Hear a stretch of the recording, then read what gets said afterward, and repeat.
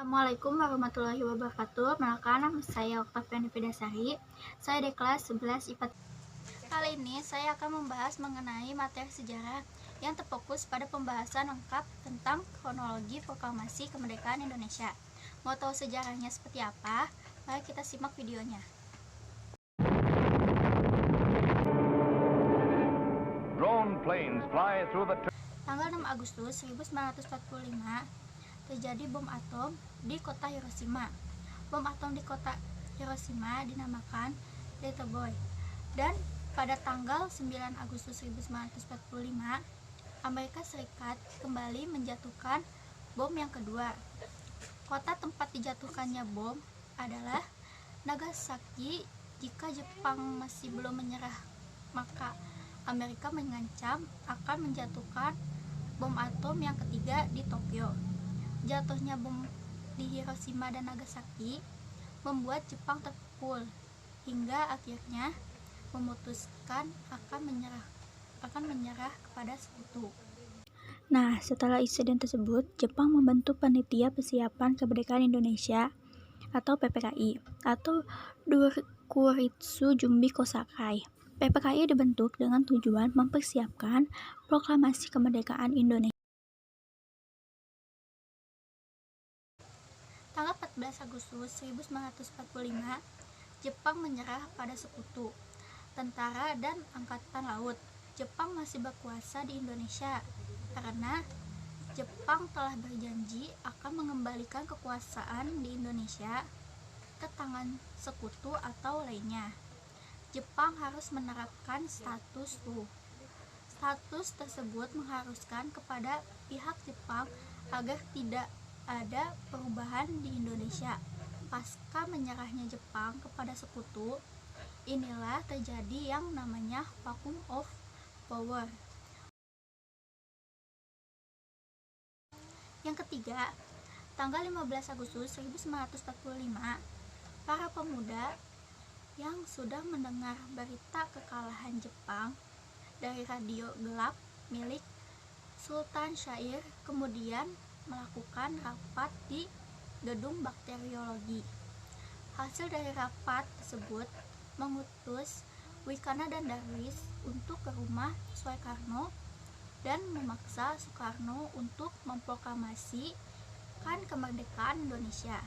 Akan tetapi, misi tersebut gagal sehingga kemudian para pemuda sepakat untuk mengamankan Soekarno dan Hatta dari pengaruh Jepang dengan cara membawa tokoh tersebut keluar dari Jakarta.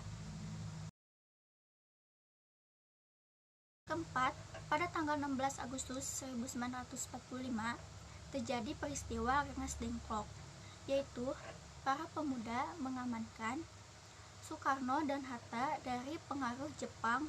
Tempat yang dipilih adalah Rengas Dengklok. Pemilihan Rengas Dengklok dikarenakan letaknya yang strategis, sudah dikuasai oleh peta dan rakyat Rengas Dengklok anti dengan Jepang. Atas jaminan Ahmad Subarjo, kemudian Soekarno dan Hatta dikembalikan lagi ke Jakarta. Nah, rombongan Soekarno tiba di Jakarta, tepatnya di rumah Laksamana Maeda, pukul 11 malam untuk melakukan perundingan. Nah, yang kelima, tanggal 17 Agustus 1945. Dini hari, 3 tokoh merumuskan naskah proklamasi di rumah Laksamana Maeda. 3 tokoh tersebut adalah Soekarno, Hatta, dan Ahmad Subarjo. Setelah menyusun teks kemudian, Soekarno membacakan di depan para pemuda yang saat itu hadir. Kemudian teks diketik oleh Sayuti Malik. Pada rencananya, pembacaan proklamasi akan dilaksanakan pada pukul 10 di lapangan Ikada. Akan tetapi terjadi perubahan tempat. Kemudian, tempat yang dipilih adalah rumah Soekarno di Jalan Pengangsaan Timur No. 56, Jakarta Timur. Tepat pada pukul 10, Soekarno membacakan teks proklamasi yang didampingi oleh Hatta. Proklamasi. Kami, bangsa Indonesia, dengan ini menyatakan kemerdekaan Indonesia. Hal-hal yang mengenai pemindahan kekuasaan dan lain-lain diselenggarakan dengan cara saksama dan dalam tempo yang sesingkat-singkatnya. Jakarta, 17 Agustus 1945,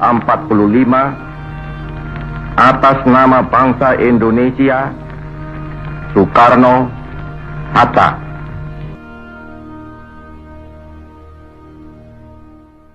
Mungkin itu saja yang bisa saya jelaskan tentang kronologi proklamasi kemerdekaan Indonesia. Kurang lebihnya mohon maaf. Wassalamualaikum warahmatullahi wabarakatuh.